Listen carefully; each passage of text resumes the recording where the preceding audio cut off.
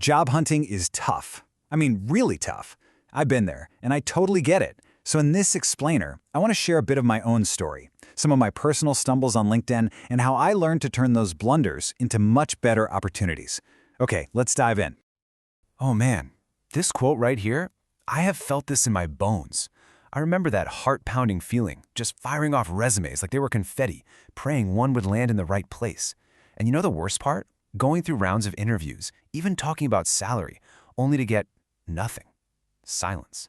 I would have much rather gotten a straight no. It's just such an anxious, desperate time. So naturally, like everyone else, I turned to LinkedIn. It became my main tool, my digital battlefield for finding that next job. But looking back now, I made some classic, truly facepalm-worthy mistakes when messaging people. And today, I'm going to share them with you, so hopefully you can sidestep them completely. All right, so let's get right into it. My LinkedIn DM blunders. I'm going to break down 3 key mistakes that, I learned the hard way.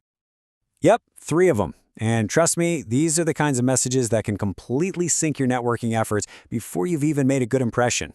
Let's start with the first one. The first one is what I like to call the carpet bomb.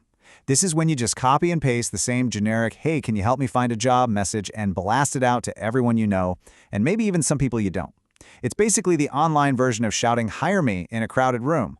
It's impersonal, it has zero impact, and honestly, it's probably just going to get ignored. And you can see the difference so clearly here, can't you? The blunder on the left is just vague. It puts all the work on them. But the fix on the right, so much better. It's specific. It shows you've actually done your research on role X, and you've thought about how your experience and Y is a perfect match. Now that starts a real conversation. Okay, blunder number 2 is a little more subtle, but it's a big one. It's when you make your job hunt their problem by asking them to find a suitable role for you. You might not mean to, but you're basically shifting the entire weight of your job search onto their shoulders, and that's a huge ask for a busy person. And this quote, this is from a real, and let me tell you, a very cringe-worthy experience of my own. Someone sent me a vague request for help, and trying to be useful, I suggested a software engineer role. The person shot back with this exact response, "Yikes. I was just trying to help, but because they hadn't been specific, I made a bad assumption and ended up looking foolish."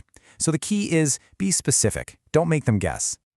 My final blunder is something I think a lot of us do, just trying to be polite. It's the unnecessary, long, rambling small talk. Especially when you're reaching out to someone after a few years, you feel this pressure to catch up on their whole life story before you get to your point. You can see exactly how this plays out. The rambling message just kind of meanders around. But the better one, it's short, it's sweet, and it's totally respectful of their time. They know why you're messaging, and that's fine. A simple, warm opening is all you need. A friend once told me, "Crisp isn't cold, it's considerate," and that has really stuck with me.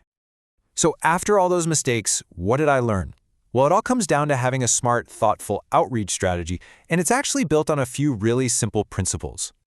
And here they are, your 3 core principles. First, personalize your outreach. No more carpet bombing. Second, do your own research first. Don't make your search their problem. And third, be crisp, not cold. Get to the point, but do it kindly and respect their time. Following these can honestly make all the difference, especially when the job market is tough. The job search is a real roller coaster, but a smart approach can really change everything.